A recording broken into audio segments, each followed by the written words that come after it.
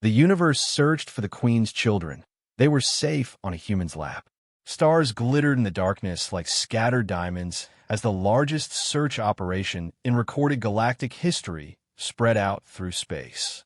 Warships, scout vessels, and silent sensor buoys swept through nebulae and asteroid fields, through commercial lanes and forgotten backwaters, hunting for the same thing. Every channel, every frequency, every relay was filled with the same urgent message, looping again and again across the Galactic Federation's networks. Hit that subscribe button and tap the bell icon so you never miss our latest uploads. By order of the Zenturi Empire, the twin royal heirs, Princess Lyra and Princess Vega, are missing. All ships are instructed to report any sign of a royal escape pod or unknown Zenturi lifeforms. Cooperation is mandatory. Interference will be considered an act of war. On the grand worlds of the inner systems, people watch the emergency cast with shaking hands and hushed voices. On trading stations, in mining colonies, and in orbital farms, citizens of 100 species wondered what would happen if the Zenturi didn't find their princesses soon. The most powerful empire in the known galaxy was angry, grieving, and armed.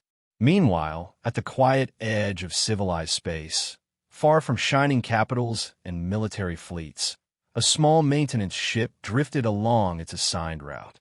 The vessel was an old model nicknamed Scrubber 9. Its job simple, but essential: clear debris, fix navigation beacons, and keep this lonely sector safe for traffic. Its 12-person crew came from 7 different species, most of them there because they liked routine and didn't mind being ignored by the rest of the galaxy. In a cramped cabin on the lower deck, a human in oil-stained work coveralls leaned back on his bunk, boots on the floor and head against the bulkhead. His name was Ethan Cole, contracted janitor and maintenance tech. To the rest of the galaxy, he was nobody important, nobody famous, just another human worker doing a low-glamour job in deep space. On his lap, 2 small, furred creatures lay curled in a soft, vibrating pile of warmth. They looked like sleek, alien cats, one with deep twilight-colored fur that faded from dark indigo to smoky violet, her eyes bright molten silver, the other with glossy black fur traced with delicate streaks of gold that resembled glowing constellations when she moved. Both creatures purred in a strange way, the sound a mix of feline rumble and musical hum that resonated faintly in Ethan's chest. "You two sure know how to relax," Ethan murmured, lightly scratching behind their oddly shaped ears. "Whole galaxy's panicking, and you're here snoring on my legs." The ship's basic entertainment screen on the wall flickered with a static-washed emergency broadcast. The stern voice of the Federation announcer repeated details Ethan had already heard 16 times. Zenturi Empire. Missing princesses. Royal transport found abandoned. Escape pod unaccounted for. War threats. Cooperation. Sanctions. All of it sounded far away, like drama from another life. Ethan lifted one hand from the silver-eyed creature and muted the broadcast. The sudden quiet made the soft hum of the ship's systems more noticeable. The faint vibration under the floor, the distant thump of a compressor, the quiet breathing of life support doing its job. "You two are lucky you don't understand politics," he said, glancing between them. "Eat, sleep, purr, repeat. Honestly, I'm jealous." The smaller one with the silver eyes stretched her front paws, tiny claws flexing in the air, then flopped back down with her chin on his thigh. The other pressed closer, her gold-flecked fur catching the dim cabin light, and raised the volume of her purring as if to answer him.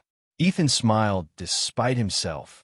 3 days earlier, he had been out in a maintenance exosuit, just another shift walking along the hull with magnetic boots, when the ship's sensors picked up a piece of debris on a collision course. He'd gone to check it out and found a cracked escape pod tumbling slowly through space, its energy readings faint and erratic. The pod's identification markings had been scorched beyond recognition. No transponder, no distress signal, just a damaged shell and a weak life sign reading. Most people would have flagged it, logged the coordinates, and let a proper rescue ship handle it. But Scrubber 9 was alone in that patch of space, and the life sign inside the pod was fading toward zero. Ethan had opened the hatch with manual overrides, hauled the limp, bloodied forms of two furred creatures into his arms, and hurried them through decontamination, acting on nothing more complicated than stubborn instinct. He'd cleaned their injuries with clumsy care, fed them basic protein mix when they showed interest, and made a small nest on his bunk out of spare blankets. Within hours, they'd started following him everywhere, tiny paws clicking softly on metal floors, purring whenever he sat still long enough for them to climb onto him. He didn't know what species they were. He didn't know which system they came from or who had built the pod they'd escaped in. He just knew they were alive, injured, and scared when he found them. And that had been enough. What Ethan did not know, and what half the galaxy would have screamed at him if they'd had the chance, was that those two space cats were actually the most valuable people in existence. On the Zenturi homeworld, half a galaxy away, the royal palace did not feel like a place of safety. Nerves were raw, guards tense, and everywhere Ethan's space cats were being shown in flickering holograms. A stylized Zenturi depiction of the twin princesses, not in feline form, but in their full regal humanoid appearance. Queen Azira stood in the center of the palace's main chamber, surrounded by courtiers, diplomats, and terrified staff. Her tall, scaled form was draped in layered robes that shimmered with changing iridescent colors. But the beauty of her attire couldn't hide the hard line of her jaw or the dangerous narrowing of her metallic eyes. "Nothing," she demanded, her dual-toned voice echoing off crystalline pillars. Her intelligence minister, Tholas, swallowed and bowed slightly. He was thin and willowy, his pale skin threaded with faint bioluminescent lines that pulsed when he spoke. "Your Majesty, our fleets have swept all major trade routes. We have interrogated pirates, merchants, independent freighters, even smugglers. The princess's ship was found abandoned near the edge of the Verge territories. The escape pod is missing, and there are no verified sightings of your daughters in any recognized port."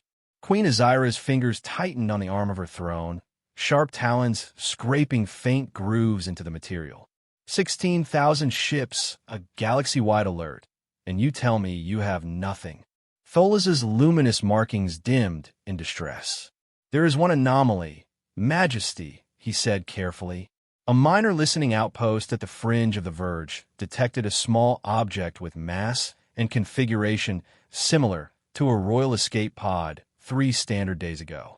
The signal was brief and then lost. The region is sparsely populated, mostly maintenance craft, automated relay stations, and scrubber vessels. Silence fell across the hall as the Queen's attention sharpened. "Send everything," she said. Her voice dropped in pitch, both tones aligning into a dangerous harmony. "Every ship, every drone, every scout. I want that sector taken apart particle by particle, if that's what it takes. We will search every rock, every beacon, and every ship. The galaxy will understand that Zenturi blood is not to be toyed with." As orders were transmitted, fleets turned like a rolling storm toward an otherwise forgettable sector of space. Sensor nets rearranged, stealth ships changed course. A tide of power moved outward from the Zenturi homeworld. Back on Scrubber 9, Ethan had no idea that the storm was now pointed directly at him. He woke to the soft weight of both creatures pressed close against him, their fur warm where his skin showed at his collar and wrists. The cabin was dim, lit only by the faint glow of the ship's status panel and the tiny holographic calendar on the wall. "Morning, troublemakers," he yawned, stretching his arms carefully so as not to dump them on the floor.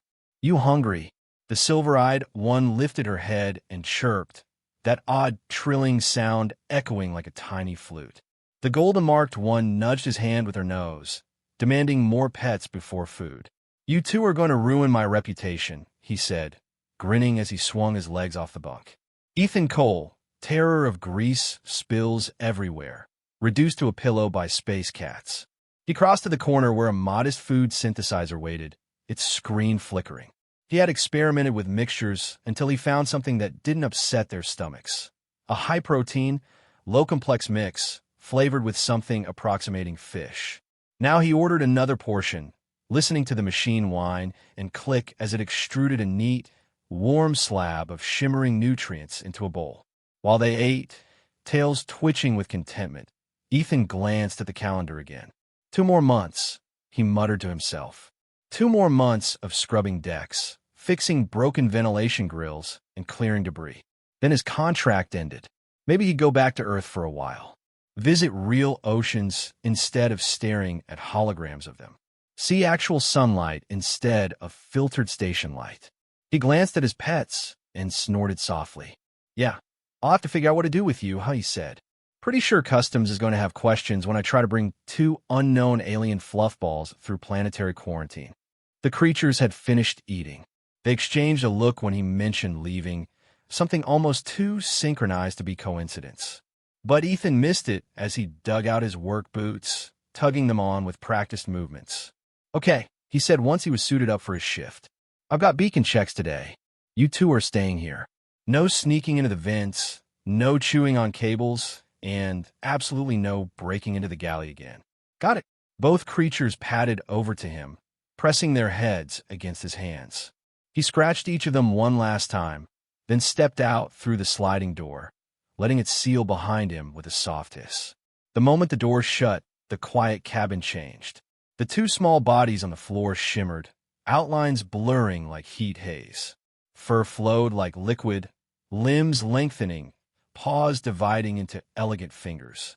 The sound of shifting bone and rearranging tissue would have been disturbing to anyone not used to shapeshifters, but the process was smooth, practiced, almost graceful. Within seconds, the space cats were gone. In their place stood 2 tall, humanoid figures, young by Zenturi standards, but still radiating the poised grace of their species. Their skin was smooth but adorned with faint, shimmering scales that caught the dim light and reflected it in subtle patterns. Along their hairlines and jawlines were delicate markings, royal glyphs woven into their very biology, marking them as heirs to the Zenturi throne. The silver-eyed one ran her fingers through hair that was now long, dark, and threaded with metallic strands. He is kind, she said softly, her voice carrying the dual tones common to Zenturi royalty, but tempered with a melodic softness. Kinder than most we have met. Her sister, whose eyes held the same golden flecks that had decorated her fur moments ago, nodded. And he has no idea who we are. No idea that the entire galaxy is searching for us as we sit on his lap and steal his blanket. Lyra, silver-eyed, precise, often the more cautious of the 2, exhaled slowly. We cannot hide forever, Vega. Mother will tear entire constellations apart if she believes we are in danger. I know, Vega said, her gaze drifting toward the small cabin door as though she could see Ethan moving down the hallway beyond. But just a little longer. A few more days to be anonymous. To be treated like ordinary beings, not negotiations wrapped in royal protocol. Lyra hesitated, torn. The weight of duty pressed against the memory of Ethan's hands gently bandaging their injured forms, of his uncalculated care. Very well, she said at last. A little longer. But we cannot let Mother's fleet harm this ship or its crew. The moment there is real risk, we contact the Empire. Agree? Agreed, Vegas said, relief and reluctance mingling in her expression. As if to emphasize the need for subtlety, a soft tone sounded from the environmental controls. Automated scan cycle initiating. If they remained in humanoid form, the ship's sensors would register 2 extra sapient-grade life signs in Ethan's cabin, a discrepancy any decent security system would flag. Both sisters shifted smoothly back into their feline shapes, fur rippling into existence as though painted by invisible hands. Moments later, 2 harmless-looking alien pets curled up on Ethan's bunk again, eyes half closed, waiting for his return. Out in the maintenance bay, Ethan stepped into his exosuit as the chief engineer rattled off orders. Cross, a 6-limbed Neoran whose skin gleamed like polished stone, barely looked up from the array of tools hovering around him.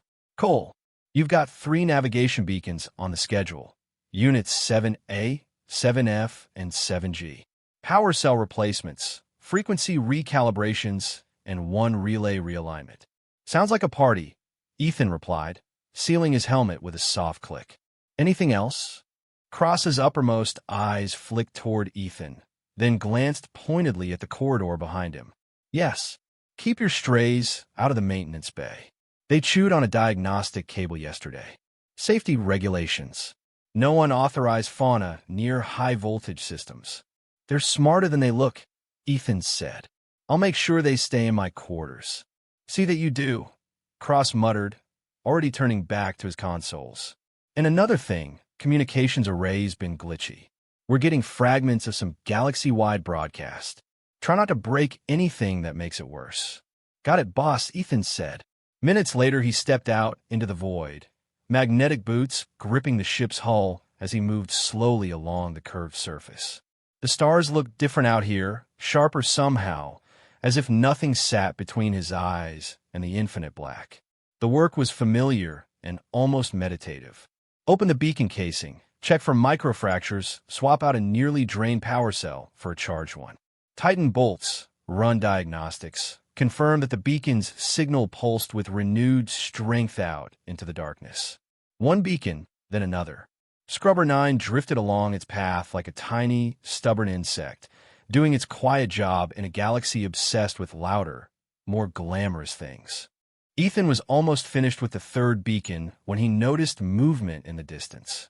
Not just one ship cruising by, but multiple, dozens of them, dark silhouettes gliding into the sector in a coordinated grid pattern.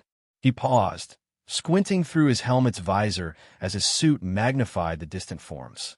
They flew in disciplined lines, turning and spreading in long arcs that had nothing to do with trade routes or normal patrols. Cross, Ethan said, tapping his helmet comm. You seeing this? There was a pause. Seeing what? Ships, Ethan said, eyes fixed on the distant formation. A lot of ships. They just dropped in at the edge of the sector, and they're sweeping in. That looks like a search pattern. Another pause. This one longer. Cole, Cross said at last, his voice tight in a way Ethan had never heard before. Get back inside. Now. I just have to reconnect one relay. Ethan protested. It'll take. Now, Cole. Captain's orders. All exterior work stops. Everyone inside and sealed. The urgency in the engineer's voice brooked no argument. Ethan shut the beacon panel, activated his suit's thrusters, and moved in long, controlled strides back toward the airlock. As he moved, he glanced back once more. The ships had changed course. They weren't sweeping the sector randomly anymore. Their formation had subtly shifted, narrowing. Every single one of them was now moving in the direction of Scrubber 9. That was the first part of the story. Now we move into the second part. As the Zenturi fleets close in, the truth about the space cats comes out, and a simple human janitor finds himself in the middle of the greatest diplomatic incident in galactic history. Back inside the ship, Ethan stepped out of the airlock and into decontamination, cycling through the familiar blasts of air, sprays of neutralizers, and quick scans. The moment the final door slid open, he headed straight for the bridge, pulling off his helmet as he walked. The bridge of Scrubber 9 was compact, built more for practicality than aesthetics. Panels bristled with controls, and a wide view screen showed the silent approach of the incoming fleet. Crew members occupied their stations, faces showing species-specific signs of stress. At the center stood Captain Lauren Bennett, a woman whose gray-streaked hair and weathered features carried the quiet authority of someone who had spent most of her life in space. She had a reputation for staying calm when others panicked, for keeping small crews like hers alive in situations where they technically had no right to survive. Ethan had never seen her frown like this. "Cole," she said when she spotted him. "Good. You're in." "What's going on?" he asked, nodding toward the display. "Cross said we have incoming." "Zenturi military vessels," Bennett replied. 32 of them, at least. They've identified themselves, and they're demanding immediate inspection rights. Imperial priority. A low murmur rolled through the bridge. Zenturi ships almost never bothered with maintenance vessels like Scrubber 9. When they did, it usually meant someone somewhere had done something very, very stupid. "What do they want?" Ethan asked, though he already suspected the answer. The same thing the whole galaxy's looking for, Bennett said. Missing Zenturi royalty. The emergency broadcast is finally coming through clearly. 2 princesses, last seen in the Verge territories. Their transport was found abandoned. Their escape pod is missing. Ethan felt the hair on his arm stand up, his mind instantly conjuring the image of a cracked escape pod drifting through space. 2 limp, injured bodies in his arms. Silver eyes, gold streaks. That's ridiculous, he told himself silently. They're just animals. Just lost alien pets. But the thought wouldn't leave. The captain's gaze sharpened as she watched his expression. Something on your mind, Cole? He swallowed. The creatures I found. In the pod. They were in a damaged capsule. Near here, 3 days ago. The bridge fell even quieter, if that was possible. Are you telling me, Captain Bennett said slowly, that you found a damaged escape pod in this sector, recovered 2 unknown life forms from it, and didn't think that might be relevant to a galaxy-wide emergency about missing beings in a damaged escape pod? Ethan winced. In my defense, ma'am, the emergency broadcasts were all scrambled when I found them, and the pod's markings were burned off. They didn't look important, just hurt. Bennett stared at him for a long moment, then rubbed the bridge of her nose. Show me, she said at last. Now, we have a small window before those ships dock. If there's even a chance. She didn't finish the sentence. She didn't need to. They left the bridge at a brisk pace, the captain ordering a 15-minute delay on boarding under the excuse of safety checks. Doors slid open and shut in front of them as they moved through the corridors, the subtle vibrations of the engines shifting as Scrubber 9 adjusted course to hold position for the incoming fleet. Ethan's heart hammered as they reached his cabin. He palmed the door open, half expecting to find the room mysteriously empty. The 2 creatures were exactly where he'd left them, curled together on his bunk like a single knot of fur and tails. Their eyes opened when he entered, pupils narrowing slightly at the sight of the captain at his side. These are them? Bennett asked, stepping closer. Yes, ma'am, Ethan said. Found them in the pod. They were bleeding. The life support was failing. I got them out, patched them up with what med supplies we had, and he realized he was rambling and shut up. The captain didn't respond. She crouched beside the bunk, studying the creatures carefully. They watched her right back, silver and gold eyes bright, bodies still as if they sensed this moment mattered more than usual. Where exactly did you find their escape pod? Bennett asked without looking away from them. Ethan described the coordinates, the state of the pod, the damage to the hull, and the brief, fading life signs his suit had picked up. He explained how he'd carried them inside, how they'd barely moved at first, how they'd slowly become more active and incredibly attached. And they've been around you ever since? The captain asked. Yes, ma'am, Ethan said. They won't leave me alone. If I'm in my cabin, they're on me. If I'm in the corridor, they follow. Cross complains, but he trailed off, embarrassed to admit how fond he'd become of them. Captain Bennett straightened slowly. Her expression had changed from irritation to something more complex, something like reluctant realization. There are rumors, she said quietly. Not the sort of thing you hear on public channels. Classified xenobiology reports. Old military files. They say the Zenturi royal line can change shape, but they have kept that ability hidden for generations. Ethan blinked. Shapeshifters? Like literally? The captain's gaze hardened. Cole, listen to me very carefully. If those creatures are what I think they might be, then we are currently harboring the most protected beings in the galaxy without permission. The Zenturi will not care that you drag them out of failing pod. They will see only that their heirs went missing and ended up on a tiny maintenance ship surrounded by strangers. A cold weight settled in Ethan's gut. What do we do? Bennett turned back to the bunk, looking directly at the 2 small forms. We find out the truth before we hand them over to anyone, she said. If they aren't the princesses, then we avoid looking like we try to fake a claim that could start a war. If they are, she exhaled slowly, then we handle this as carefully as possible. Her voice took on a formal clarity as she addressed the creatures directly, as if speaking to dignitaries instead of fluffy aliens.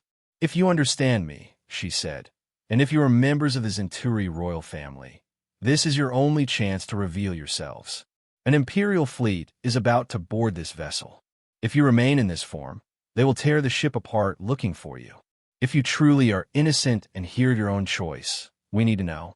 Now, Ethan stood frozen, feeling ridiculous for half, believing she was talking to them like that. They were just. The smaller creature lifted her head. For a heartbeat, the air in the cabin felt thicker, charged with something invisible. The silver-eyed cat jumped lightly from the bunk to the floor. Her sister followed. They padded to the center of the room, tails flowing behind them. Their bodies blurred, outlines smearing like wet paint. Fur receded, paws elongated, spines stretched. Shift energy crackled faintly in the air as limbs reshaped, faces reformed. Ethan's jaw dropped. Seconds later, two Zenturi princesses stood in the middle of his cramped maintenance cabin. They were tall, lithe, and impossibly regal, even in borrowed, ship-issued clothing draped loosely over their newly formed humanoid bodies. Their skin shimmered with faint, iridescent patterns, and the royal glyphs along their temples caught the dim cabin light like etched metal. The silver-eyed one inclined her head with dignified calm. "I am Lyra, first heir of the Zenturi Empire," she said. "This is my sister, Vega." Vega dipped her chin in acknowledgement, her golden-flecked gaze softening as it landed on Ethan. "We are sorry for the deception," she said. "We did not intend to cause trouble for you or your crew." Captain Bennett reacted faster than Ethan. She dropped to one knee, lowering her head in a gesture of respect recognized in nearly every known culture when standing before the Zenturi royal family. Ethan, a beat behind, scrambled clumsily to copy her. "Your Highnesses," the captain said, her voice steady again. "I am Captain Lauren Bennett of the maintenance vessel Scrubber 9. May I ask why you are aboard my ship and not on your official transport?" Lyra and Vega exchanged a glance, a whole conversation passing silently between them in a way that made Ethan feel like a child at an adult table. "We left our transport voluntarily," Lyra said at last. "We were tired of being treated only as symbols and bargaining chips. We wanted to see the galaxy without every being we met bowing and calculating. We disguised our travel as routine. We did not anticipate pirates. Opportunistic raiders attacked our vessel," Vega added. "They did not know who we were. When they boarded, we triggered the escape pod and shifted to our natural form to mask our identity. The pod was damaged. We were injured. We would have died if this human had not found us." Ethan's face flushed. He kept his eyes lowered, mind still spinning. Captain Bennett processed their words quickly. "The Empire believes you have been kidnapped," she said. "They have mobilized half their forces on a search. The fleet approaching this vessel is part of that operation." Lyra's shoulders sagged slightly, the weight of duty pressing down again. "Of course," she said. "Mother would not rest. We had hoped for a few more days," Vega admitted quietly. "To be unknown. To be treated simply as guests, not heirs. But we did not mean to put your crew in danger." "You have already done so," Captain Bennett said, but there was no accusation in her tone, only realism. "The moment the Zenturi boarded and realized their princesses had been on my ship without my knowledge, they would assume the worst." "Then we will not let that happen," Lyra said. "We will reveal ourselves to the commander. We will tell them we were here of our own free will, and that your crew showed us nothing but kindness." Ethan risked a glance up. Both princesses were watching him now, their sophisticated alien eyes full of things he couldn't parse. "Thank you," he managed, his voice dry. Captain Bennett stood. "With your permission, your Highnesses, I will inform the Zenturi commander that you are alive and well, and request that a royal shuttle dock with us." "You have it," Lyra said, inclining her head. As the captain stepped aside to access her wrist communicator, Vega moved closer to Ethan. "You have nothing to apologize for," she said softly, answering the apology he hadn't yet voiced. "You saw beings in distress and helped them. You did not ask who we were or what we were worth. That is unusual in our experience. Most would have tried to use us," Lyra added, her voice thoughtful. "Demanded favors, positions, leverage. You did none of that." "I didn't know I was supposed to," Ethan said weakly. I thought you were pets. Vega's lips curved in a small, almost human smile. Then your ignorance was a gift, she said. For 3 days, we were not future rulers, not strategic assets. We were just alive, hurt, and you made us feel safe. Captain Bennett finished her rapid exchange with the Zenturi fleet. They're sending a royal shuttle, she said, turning back to them. 10 minutes to docking. The commander wishes assurances that you are truly aboard. We will greet them at the airlock, Lyra said. And we will make it very clear, Vega added, that no harm is to come to this ship or its crew. Those 10 minutes passed in a blur for Ethan. One moment, he was a janitor with secret pets. The next, he was walking behind 2 alien princesses down a metal corridor, trying not to trip over his own feet as they headed for the main airlock. Scrubber 9 shook faintly as the larger Zenturi shuttle latched onto its hull with the precise force of superior engineering. The airlock lights cycled, pressure equalized, and the inner door slid open with a soft hiss. The Zenturi Royal Guard stepped through first, towering figures in ceremonial armor, each movement precise and controlled. Behind them came Commander Saren, his expression cut from stone, his eyes taking in every detail at once. He saw Captain Bennett. He saw the crew lined respectfully behind her. Then he saw Lyra and Vega. Every guard in the room dropped to one knee at once, armor clinking softly. Commander Saren bowed his head. Your Highnesses, he said, by all the stars, you are safe. We are, Lyra said, thanks to this crew, and especially thanks to Ethan Cole of Earth. Her gaze shifted deliberately toward Ethan, dragging every eye in the room with it. Ethan tried very hard not to melt into the floor. Commander Saren's stare landed on him, sharp and heavy. You found the escape pod? Yes, sir, Ethan said, forcing his voice not to shake. I detected something drifting near our path during exterior maintenance. Life support was failing. I brought the pod aboard, found the princesses in their alternate form, and did what I could to treat their injuries. You did not attempt to contact the Zenturi Empire? Saren asked. Ethan shrugged helplessly. Our communications were scrambled by interference, and I didn't know who they were. I thought they were rare animals. I just knew they were hurt. The commander's eyes narrowed. Yet you cared for them. Of course, Ethan said, genuinely confused. They needed help. Lyra stepped slightly between Ethan and the commander, a subtle but unmistakable protective gesture. Commander Saren, she said, her tone firm. This human showed us compassion without calculation. No bargaining. No ulterior motive. His actions will be recorded as a service to the Empire. As you wish, Your Highness, Saren said, bowing again. The Queen will be informed. Preparations for their departure were swift.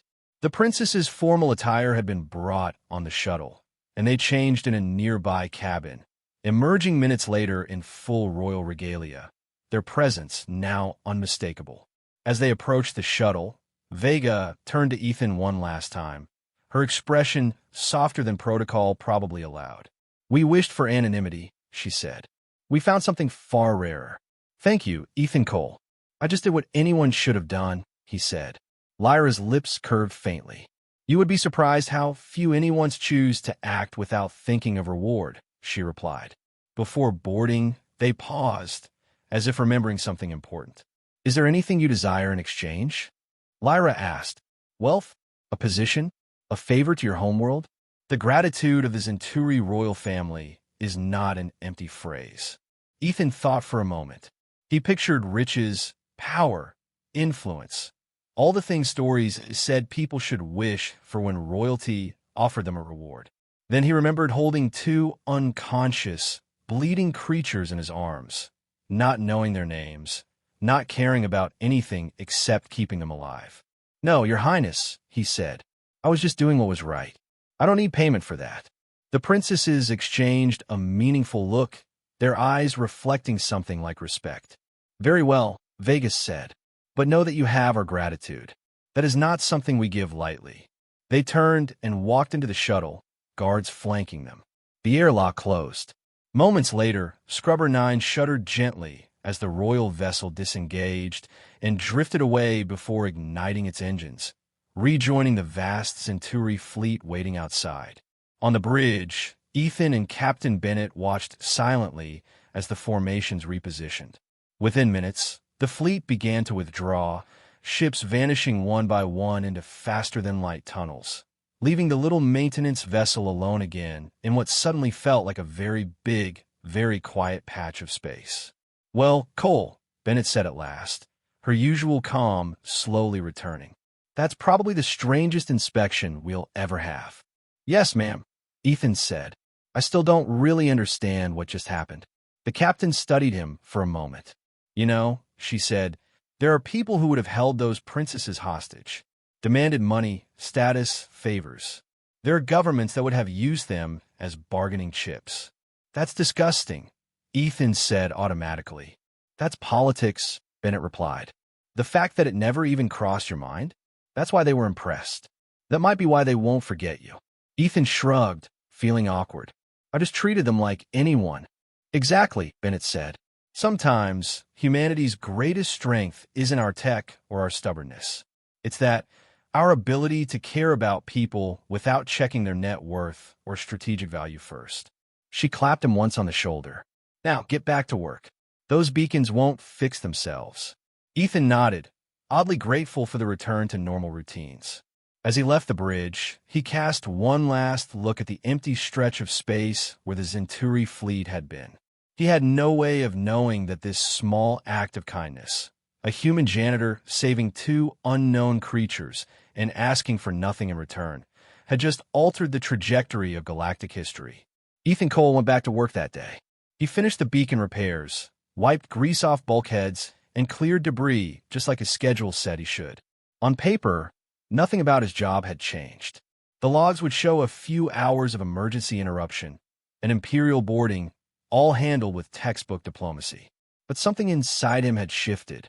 Every time he walked past his cabin and saw the empty bunk where two small warm bodies had once slept, it hit him again. The little trills. The way they'd nudged his hands when they wanted attention. The way they'd followed him through cold metal corridors like he was some kind of walking gravity source. He found himself glancing out of portholes when he passed them, looking for any trace of the Zenturi fleet. Even though he knew their ships were long gone, jumping back into the faster-than-light corridors the moment the princesses were safely aboard. In the mess hall, Cross grumbled louder than usual about malfunctioning vents. The others were unusually quiet. Everyone had felt the weight of those gleaming Zenturi soldiers on their little ship, the pressure of being inspected by the most feared empire in space. Everyone knew, too, that if things had gone only slightly differently, Scrubber 9 might have been nothing but dust in the void by now. Weeks passed. The emergency broadcasts eventually shifted focus. The banners about missing princesses vanished from general channels and were replaced with more standard news. Trade disputes, colony expansions, the usual background noise of the galaxy. Life aboard Scrubber 9 slid back into something approaching normal. 2 months later, Ethan's contract ended. He shook hands with Captain Bennett in the narrow airlock corridor, holding his one small duffel over one shoulder. "You sure you don't want to renew?" she asked. "You're good at this, Cole. Reliable. Not everyone is." "I appreciate that, ma'am," he said. "But I think I need a break from recycled air and sleeping next to bulkheads. Maybe see actual sky again for a while." She nodded, something like understanding in her eyes. "Fair. Just remember, the world down there is louder, but not always simpler. Out here, at least you know what needs fixing and where the bolts go." He laughed. "I'll keep that in mind."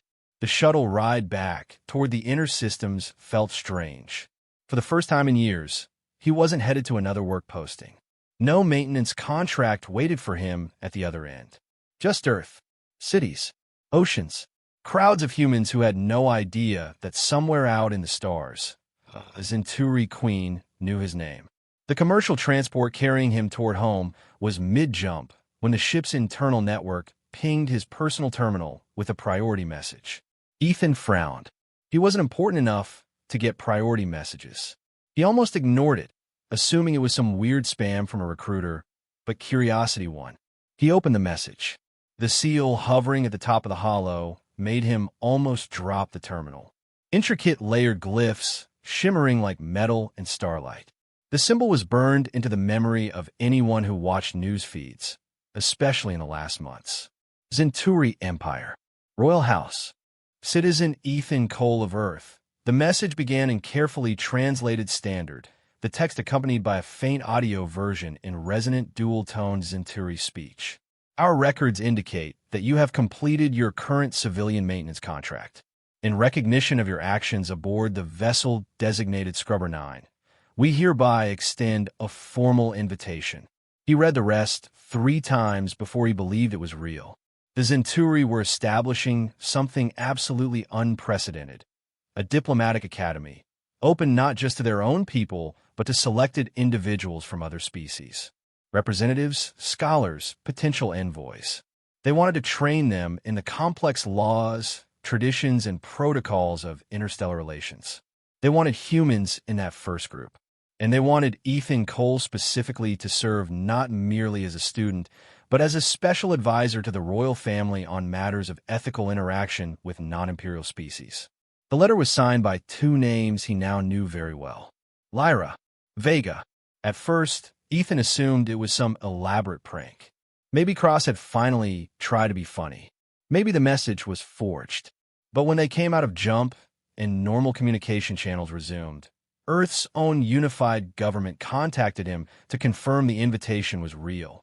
"Mr. Cole," said the official on the screen, a woman in a stiff, dark uniform with the Earth crest on her chest. "You've attracted some very high-level attention. The Zenturi don't ask politely for anything. They demanded we send humans. And they asked for you by name." "I'm just a janitor," Ethan said, still half-dazed. "There have to be people more qualified. Actual diplomats. Politicians. Scholars." "There are," the official said dryly. "And they're coming too." The Zenturi requested a full delegation of trained human experts to join their academy. But they also insisted that you be included in a separate capacity. My advice? Say yes. This is a once-in-history kind of invitation. He thought about it.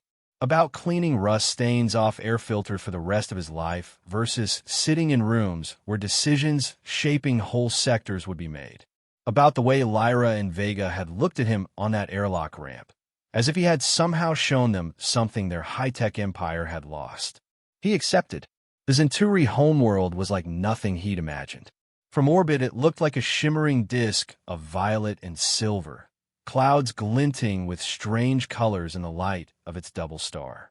Cities sprawled like luminous fractal patterns across the dark side, too precise to be purely organic growth and too chaotic to be entirely planned. The landing shuttle descended through an atmosphere that glowed softly with ionization, the windows filling with views of spires twisting into the sky, bridges of hardened light, and translucent structures humming with internal energy. Ethan pressed his face slightly closer to the viewport, childlike wonder pushing aside his nerves for a moment. Earth had tall cities, neon-lit streets, and towering towers. But this was like landing inside a living sculpture. When the shuttle ramp finally lowered, the scent of Zenturi air hit him. Metallic, faintly floral, charged with ozone. A welcoming delegation waited at the base of the ramp, their scales glinting, their formal garments shifting colors with each movement. And at the center of the group, flanked by royal guards and dignitaries, stood Lyra and Vega. They'd chosen formal appearance and attire for the occasion. Full humanoid form, regal robes that flowed like liquid crystal, royal glyphs bright along their skin. But when their eyes met Ethan's, a flicker of something familiar broke through the ceremony. Recognition, warmth, a memory of cozy metal bunks and shared food. "Welcome to the Zenturi homeworld, Advisor Cole," Lyra said, her voice carrying perfectly over the murmurs of the attendants. He bowed awkwardly. "Thank you, Your Highness." Vega's lips lifted in a hint of a smile. "Don't worry," she said quietly as they turned to lead the procession inward. "We'll walk you through the ridiculous etiquette later. For now, just try not to trip on anything important." He almost laughed, tension easing slightly. In the days that followed, he needed that sense of humor more than once. The academy wasn't just a school. It was a political statement wrapped in sleek architecture and advanced technology. Representatives of dozens of species filled its lecture halls and courtyards. Some were obvious power brokers, already used to statecraft. Others were young, nervous, and wide-eyed, particularly those from worlds whose first contact with the Zenturi had involved a lot more intimidation. The humans stood out, not just because of their physiology, but because the Zenturi seemed to treat them differently. There was a kind of cautious respect in the way professors addressed Earth delegates, a curiosity in the questions students from other species asked Ethan in particular. "You're the human from the story," one delicate, translucent-skinned Alberian said during a shared meal in the Academy's communal hall. Bioluminescent patterns rippled along their arms as they spoke. "The one who rescued the princesses and refused a reward." "I didn't rescue anyone." Ethan protested for what felt like the 100th time. "I just found an escape pod." "You could have walked away," the Alberian replied. "Salvaged the pod's components, reported the incident, and moved on." "Many would have. But you didn't." "That's not heroic," he said. "That's basic decency." The Alberian's lights shifted in intricate patterns. "Among my people, acting without attachment to reward is considered the highest spiritual act. We have a word for it. We study it. We strive all our lives to embody it. Most fail. You call it basic." Rumors spread through the Academy faster than official information did. Some students whispered that the Zenturi were using Ethan as a living symbol, a convenient story to soften their empire's reputation. Others scoffed that it was all exaggerated, that no single act of kindness could possibly influence the decisions of an ancient superpower. Ethan tried to ignore it. He focused on learning interstellar law, histories of old conflicts, the chemical triggers behind certain species' emotional responses, the proper angle and duration for a respectful bow in front of 12 different royal houses. He sat through lectures about the Zenturi's long, often brutal history, about wars they'd won effortlessly, about ones they regretted. And he met the Queen again. The first time he saw Queen Lyra in person, she was addressing a massive audience in the Academy's central amphitheater. Her presence filled the space like a storm. Even seated, she radiated authority, her scales reflecting the soft violet overhead light like pieces of polished armor. 6 months after Ethan had dragged 2 injured animals into his cabin, the Zenturi Empire announced something nobody had ever expected. They were opening themselves up. They would no longer sit in aloof control on the edge of galactic politics. They were offering partnership. The true announcement came later, on a much larger stage. One standard year after the events aboard Scrubber 9, Queen Lyra appeared before the assembled Galactic Federation, a gigantic hall built to hold representatives of thousands of worlds. Hollow cameras floated in the air like tamed fireflies, broadcasting her words live across the galaxy. From his seat near the front, Ethan could see beings of every shape imaginable. Tall, crystalline entities refracting light, cluster-bodied collectives, tiny winged diplomats perched on their translation devices, and humans still relatively new to this scale of gathering. Queen Lyra stood with slow, deliberate grace. When she spoke, the hall fell silent. "For 10,000 of your years," she began, her voice resonating through the layered translation systems, "the Zenturi have considered ourselves the pinnacle of galactic development. Our ships travel further, our minds calculate faster, our bodies adapt to environments that would kill most species in minutes. We have shaped stars, redirected comets, re-engineered our own biology. We believe that made us superior." She paused, letting the old arrogance hang in the air like a heavy cloak. "It appears we were incomplete." She told the story in her own way. Not the intimate details of Ethan's cramped cabin or the feel of fur beneath his fingers, but the broad strokes. 2 heirs fleeing pirates. An escape pod drifting, damaged. A human maintenance worker with no rank and no power who found them, helped them, and never once asked, "What do I get out of this?" "In the actions of one human," Queen Lyra said, "we have seen something our civilization has almost forgotten: compassion without calculation. The willingness to recognize the value of life simply because it is life, not because it offers advantage. That quality cannot be engineered into a genome. It cannot be forced by law. It must be nurtured. She turned her head then, and for a heartbeat, the entire galaxy watched as her gaze fell directly onto Ethan. He wished he could sink into the floor. Therefore, the Queen continued, "The Zenturi Empire will no longer stand apart. We will not rule alone. We propose the formation of a new council, not of empires vying for dominance, but of species willing to commit to a different foundation for our shared future." Her iridescent scales brightened, reflecting the light of the chamber's huge, transparent dome. "We seek partnership," she said, "with humanity and with any people who recognize that the greatest strength in an uncertain universe is not weaponry or wealth, but the capacity to see oneself in the other. To look at a stranger in need and say, 'You matter. I will help.'" The hall erupted. Some delegates stood to applaud with genuine enthusiasm. Others clapped slowly, their faces unreadable. Some sat very still, translating what this meant for the carefully balanced power games they had played for centuries. Ethan just tried not to pass out. Later, he found an official communication in his quarters at the temporary diplomatic housing. It was simple and direct, an offer of a permanent role as advisor to the Zenturi royal court, focusing on ethical frameworks for interactions with other species. The message ended with a line written clearly not by some clerk, but by the princesses themselves. "We promise," it said, "not to sit on your lap during official meetings." For the first time since leaving Scrubber 9, Ethan laughed so hard he cried. He said yes. Time moved strangely after that. What had felt like an isolated incident with a broken escape pod grew tendrils that reached into every corner of galactic politics.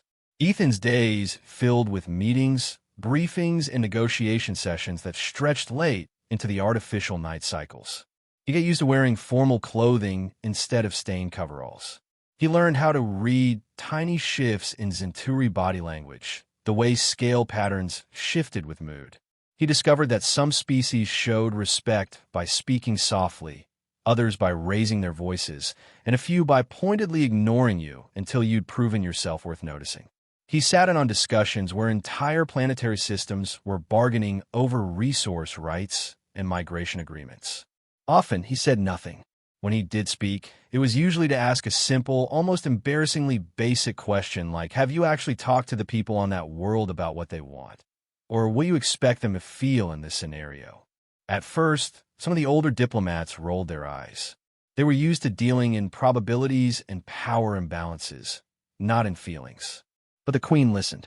The princesses listened. And slowly, others started to notice that when empathy entered the conversation, solutions that had seemed impossible suddenly became visible. In private moments, though, Ethan remained painfully aware of his limitations. One evening, he stood alone on a balcony of the Zenturi royal complex, staring up at a sky filled with purple-tinted starlight. The twin suns had dipped below the horizon, leaving the city glowing with its own luminescence. Air cars hummed in the distance. The palace itself breathed with quiet energy, the result of half mechanical and half biological systems working together. "You look like a human wondering how he ended up in a place like this," a familiar voice said behind him. He turned to find Lyra stepping onto the balcony, her attire more relaxed than at official functions, though still far more elegant than anything he'd ever owned. "That obvious?" he asked. "To those who know you," she said, joining him at the railing. "You're thinking about the distance between cleaning navigation beacons and advising emperors, and wondering if the universe made some kind of clerical error," he admitted. Lyra considered this. "Perhaps it did," she said. "Or perhaps you underestimate the rarity of what you did. Among your own people, you may not be unusual, but among the stars," she trailed off, her silver eyes reflecting the city lights. "Kindness without calculation is not common." "Other species don't help each other?" he asked, surprised. "They do," Lyra said, "but more often than not, there is a visible chain of benefit. A favor returned, a resource gained, a strategic debt created. Your action had none of that. You saw two injured creatures and chose to protect them. even when they snarled and scratched and could offer nothing in return. "I thought you were cats," he reminded her. She smiled slightly. "Yes, that too." In another conversation a few weeks later, Vega pulled him aside after a particularly tense multi-species negotiation session. "You know, our scientists have been studying humans," she said without preamble. "That sounds slightly intimidating," Ethan replied. "Should I be worried?" "Not in the way you think," she said. "They're fascinated by your brains, by how quickly empathy pathways activate when you see another being in distress, by the way mirror neurons light up when you watch someone else experience joy or pain. It's pronounced in your species." "Are you saying we're soft?" he asked. "I'm saying you have a capacity our civilization once had and lost track of," Vega said. "We focus so much on surviving, on winning, on perfecting ourselves, that we let other traits wither. But your people still tell stories where the hero is the one who helps a stranger for no reason. You raise your children on tales of selfless acts. You admire it, instead of dismissing it as naive." "Not everyone," Ethan said. "We got plenty of selfishness too." "Of course," Vega said. "No species is pure anything. But patterns matter, and the pattern with humanity is interesting." It was during one of those late-night strategy sessions in a smaller chamber that Lyra let something slip that changed how Ethan saw everything. They'd been reviewing yet another proposal for the new council structure, debating how voting power should be balanced. Some species wanted weight based on population. Others argued for technological level. A few suggested historical contribution to the Federation. "I'm not sure any of those are healthy bases," Ethan said. "They all boil down to who's strongest, dressed up in fancier math." Lyra tapped her fingers on the table, the royal glyphs along her knuckles catching the soft lighting. "There's another way," she said slowly, "one we have not spoken of publicly yet." Vega shot her a warning look. "Lyra, he deserves context," Lyra said. "If he's going to stand where we're asking him to stand, he deserves to know." Ethan looked from one princess to the other. "Know what?" Lyra exhaled. "Our historians and scientists have been comparing notes," she said, "looking at certain anomalies in the galaxy's archaeological record. There are patterns suggesting that we may not be the first civilization to recognize humanity's potential." Vega closed her eyes briefly, then nodded.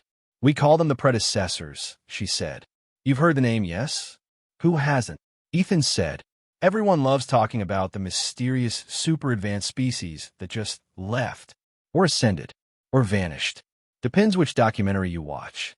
Lyra's voice grew quieter. "We think they may have taken an interest in your world long before you knew the stars existed." Ethan stared. "Come again?" "There are subtle markers," Vega explained. "Star systems arranged in non-random clusters around your sector. Artifacts and regions near your homeworld with strangely consistent time gaps. Environmental anomalies on Earth's timeline that don't fully match natural models. Nothing blatant. No huge monoliths with clear instructions. Just nudges.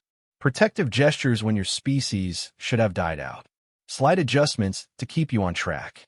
"On track to what?" he asked. "We don't know," Lyra said. "Our best guess. They saw in early humans something they believed the galaxy would need one day. Empathy, cooperative behavior, the ability to form large, flexible groups without losing individual identity." Ethan let that sink in. "So you're telling me," he said slowly, "that some super ancient civilization may have quietly babysat my entire species because they liked our vibes?" Vega suppressed an undignified snort. "It is one way to put it," she said. "If their goal was to cultivate a species capable of bringing compassion to a galaxy dominated by power politics, then yes. They invested in your vibes. And now," Lyra added, "we may be approaching the reason why. There are indications in predecessor records, what little we can decode, that the galaxy goes through cycles. Periods of instability, resource scarcity, external threats, possibly from beyond known space. They left hints that empathy-based cooperation might be the only way to avoid repeating old catastrophes." Ethan rubbed his temples. "So let me get this straight.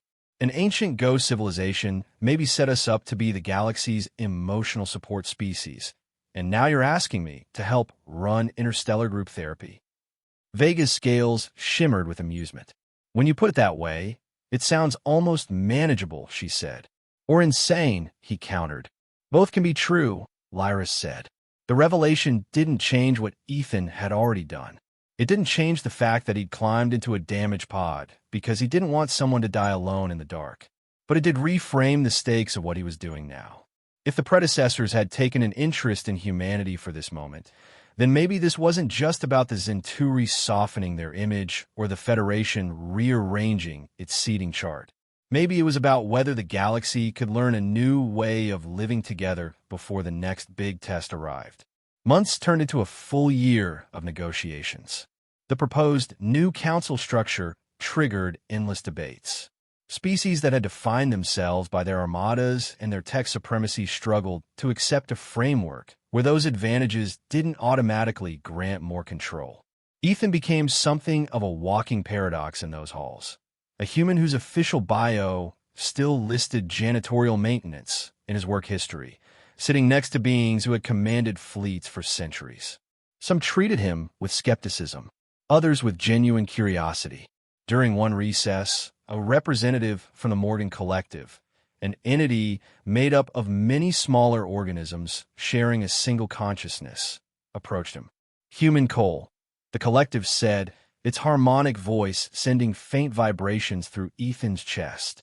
We have analyzed the statistical odds of your encounter with the princesses leading to this political restructuring. Let me guess, Ethan said. Very low.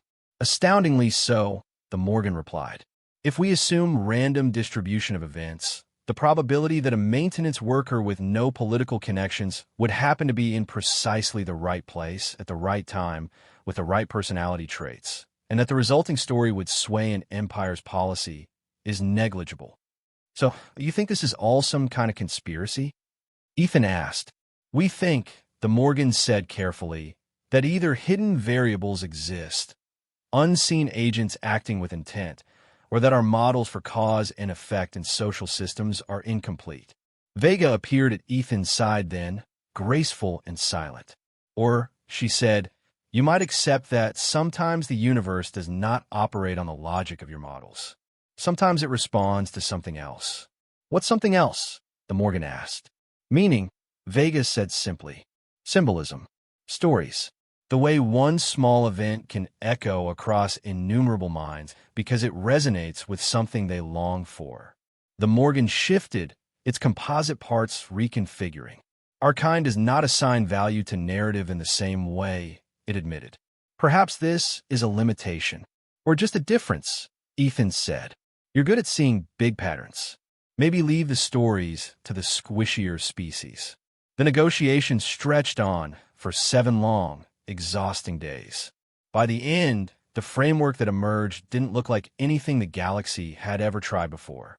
Seats on the council wouldn't be granted purely by firepower, population, or seniority. Instead, membership and influence would be tied to demonstrated commitment to shared principles, equality of species rights, transparency in resource agreements, protections for vulnerable populations, and, yes, the cultivation of genuine compassion in policy decisions. To many, it sounded idealistic to the point of absurdity. To others, especially those from smaller, often marginalized worlds, it sounded like the first fair chance they'd ever be offered. When the final vote came, Ethan watched in quiet amazement as species after species signaled their support. There were abstentions. There were a few firm no votes. But the proposal passed. The galaxy, or at least a significant portion of it, had agreed to try something radically new. That night, after the official signing ceremony and the whirlwind of public statements, Ethan was summoned to a smaller chamber near the main hall. He arrived to find Queen Azira, Lyra, and Vega waiting for him without their usual entourage. Advisor Cole, the Queen said, gesturing for him to sit. Her tone was less formal than usual. We have one more matter to discuss with you. He sat, heart rate already ticking upward. All right, he said. What kind of matter? The council is a structure, the Queen said. But structures require coordination to function. A facilitator, someone to guide meetings, mediate disputes, keep the process from collapsing into chaos. Ethan nodded slowly. Makes sense. You'll rotate that role, right? Different species taking turns. That was our initial plan, Lyra said. But over the last year, something else has happened. The delegates, even the skeptical ones, have begun to rely on a particular voice when conflicts flare. Vega met his gaze directly. Yours, she said. He blinked. Mine. You have become a touchstone, the Queen said. Not because you are infallible or omniscient. We would not trust anyone who claimed to be, but because you consistently return discussions to certain core questions. Who will this help? Who will this hurt? Are we treating those involved as tools or as lives? If we propose that a representative of one of the oldest empires serve as facilitator, some will suspect a power grab, Lyra added. If we propose a representative of a small, weaker world, others will dismiss them as lacking weight. But you are from a young species and yet carry our public endorsement. You have no army, no fleet, no homeworld ambitions you're trying to advance. You are inconveniently trusted, Vega said.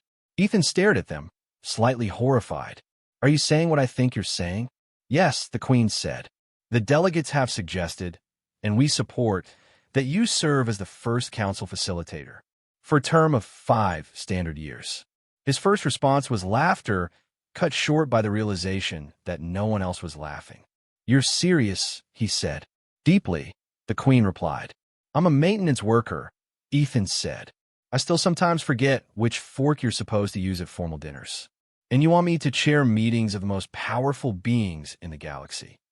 Perhaps you are precisely what they need, Lyra said. He thought about it that night, sitting alone in a meditation alcove with a view of the stars. He thought about Scrubber 9, about Captain Bennett's dry humor, about Cross complaining about his strays. He thought about 2 small bodies on his lap, purring as if the universe were simple and safe. A message pinged on his console, a delayed transmission from Earth, filtered through a dozen relay stations. It was from Bennett. Cole, her voice said when he opened it. Word reached us out here that you're being asked to sit in the biggest meeting room anyone's ever built. I know you. You're probably overanalyzing it. So here's my take. When I met you, you cleaned things because they needed cleaning, not because anyone was watching. You helped those creatures because they needed help. If the galaxy wants someone like that to run their meetings for a while, maybe that's the sanest decision they've made in a long time. Whatever you choose, we're proud of you. Even Cross, though he insists your mopping technique was dubious. Bennett out. He smiled, warmth and homesickness mixing in his chest. The next day, standing before the assembled council, Ethan accepted. I'm not here as a hero, he told them, or as a genius strategist. I'm here as someone who believes we can do better than endless cycles of fear and competition. If you'll let me, I'll do my best to keep us all honest, to keep asking the questions that matter, even when they're uncomfortable. Some delegates looked skeptical, some relieved, some simply curious, but enough of them believed in the experiment to make it real. Years passed.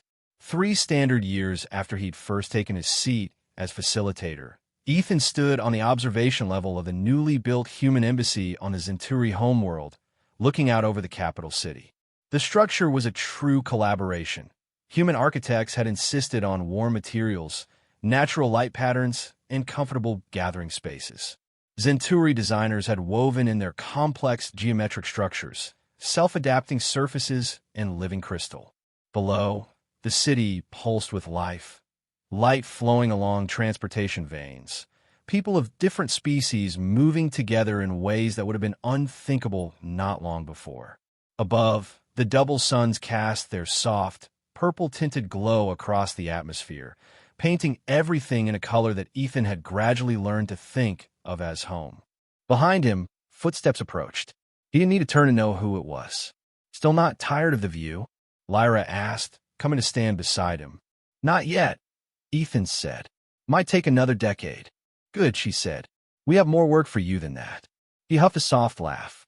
That's what I was afraid of. In theory, his 5-year term as facilitator meant he oversaw meetings. In practice, It meant he spent his days listening to stories of old grudges and new fears, looking for the point where warmth might seep in. He learned to spot when a species that spoke in numbers was actually expressing pain. He learned to read the silence of a species that communicated through scent and micro-movements, picking up on the way their stillness meant distress. He made mistakes. He misread cues. He apologized a lot. And he kept showing up, kept asking, okay, but what outcome helps the most people? And is there a version of this where we don't just create new victims to replace the old ones? There were setbacks. There always are. Not every species joined the new council. Some powerful players remained on the sidelines, watching and waiting to see if this experiment in compassion-based politics would collapse under its own idealism. But it didn't. It bent. It strained. It creaked like an old ship in a new storm. And it held. One evening, after a particularly rough sequence of negotiations, Vega found Ethan sitting once again in that same balcony spot he'd claimed early in his time on the homeworld. "Do you ever think about the starting point?" she asked, leaning against the railing. "Every day," he said. "It's my anchor, a reminder that this all began with something simple. No councils, no titles, just a guy who didn't want two small creatures to die in the cold." "You say that as if it is nothing," Vega said, "as if most beings would make that choice." "They wouldn't. I still think they would," Ethan said quietly. "Not everyone, but enough. There's this thing we have on Earth, this belief that most people are better than the worst things that happen in the world. We screw up a lot, but given the chance, most of us would choose to help." "Perhaps," Vega said, "but few have had the chance you did, to see their small choice echoed back by an entire civilization." He glanced at her. "Do you ever miss it?" he asked. "Those 3 days on the scrubbing ship. No titles, no guards, just pretending to be animals and stealing my blanket." Her expression softened into something almost wistful. "Often," she admitted. "It was the first time we felt safe without being controlled, valued without being bargained over." "Friends," he said. "Yes," she said. "Friends." She hesitated, then added, "Whatever else history says about this era, I hope it remembers that part. That before the formal treaties and grand speeches, there was just a human and 2 scared shapeshifters, learning to trust each other in a cramped little cabin." He smiled. "If I ever get to write the official record, I'll put that on the first page." Years from now, historians would argue about when exactly the galaxy's new era began. Some would point to Queen Azira's speech, others to the formal signing of the Council Charter, still others to Ethan's appointment as facilitator. But the truth, allergic to tidy timelines, remained simple. It began when someone saw life in danger and decided to help. No audience, no plan, no angle. Just a human in a maintenance suit, in a part of space most maps didn't bother to name, opening the hatch of a broken pod because he couldn't stand the thought of ignoring a fading life sign. The galaxy had searched for the Queen's daughters and found them on a human's lap. In doing so, it had found something else, something the predecessors may have seen long ago. A reminder that the most advanced thing any mind can do is look at another being and say, "You matter, even if you can't give me anything." As Ethan stood in the embassy window and watched distant ships jump in and out of the system, he felt that truth settle in his bones like steady gravity. He wasn't a genius. He wasn't a warrior. He hadn't discovered some new technology or led a glorious rebellion. He'd just been kind, and in a universe full of weapons and wonders that had turned out to be the rarest power of all. If you listened all the way to the end of this long sci-fi story, thank you. Don't forget to leave a comment telling me what you thought, what you liked, what you didn't, and which character you connected with the most. Your feedback, positive or negative, helps improve future stories. If you haven't already, hit like and subscribe so you don't miss the next story I post. And I'll leave another video on the screen that I think you'll enjoy. Big hug, and see you in the next one.